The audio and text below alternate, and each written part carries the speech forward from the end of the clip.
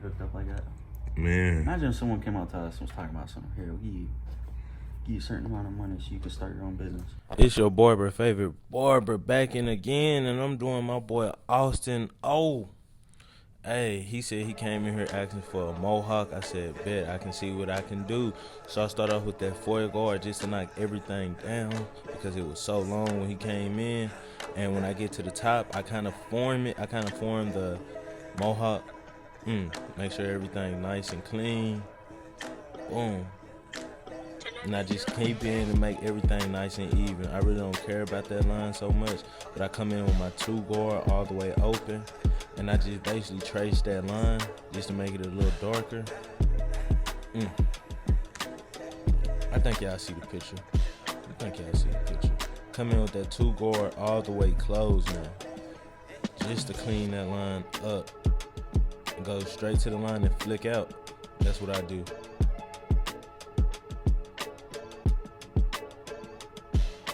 I don't know why he was so tickled by that one.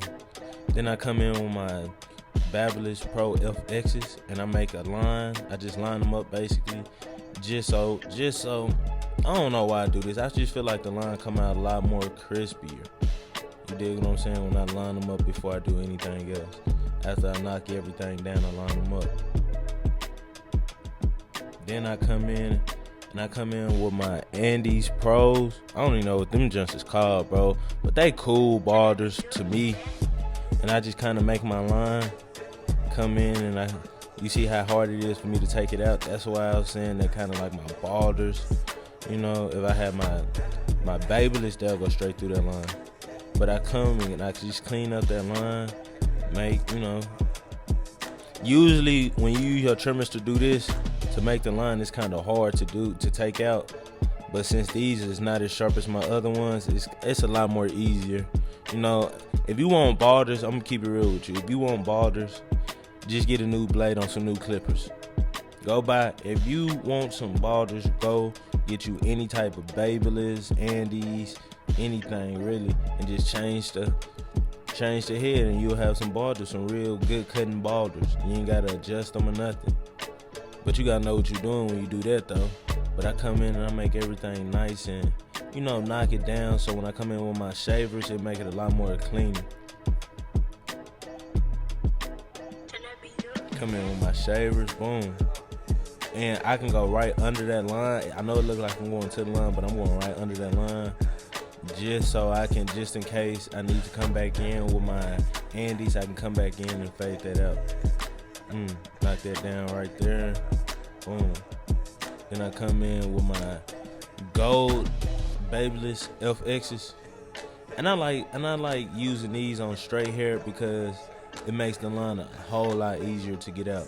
But I come in with no guard all the way open, and I just go up about 1 inch, and you see it down there face itself.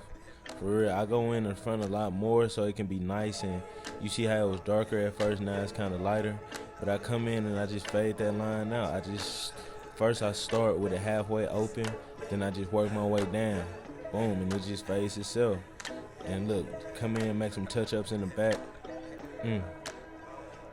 Then I come in with my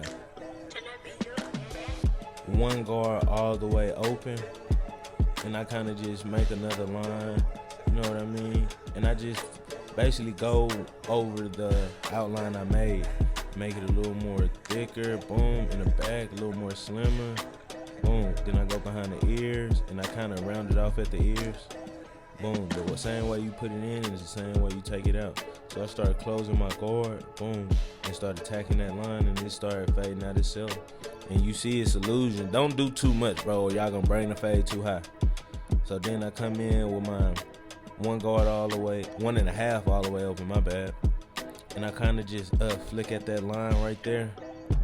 And I try to see where I'm at. Then I come in with my 1 guard all the way closed, and I do clip over comb.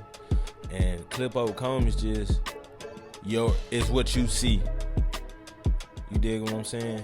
You have more, it's like a freehand, but with more, leverage to mess up. So if you mess up, it's easier to fix your mistakes when you have that 1 guard on there with that clip over comb. But you just basically just fade out, use it at an angle. Always cut at an angle when you use clip over comb. And look, you know, it's just all on illusion of how you want it to look. So I wanted my mohawk to look like this. He said he wanted to look like this.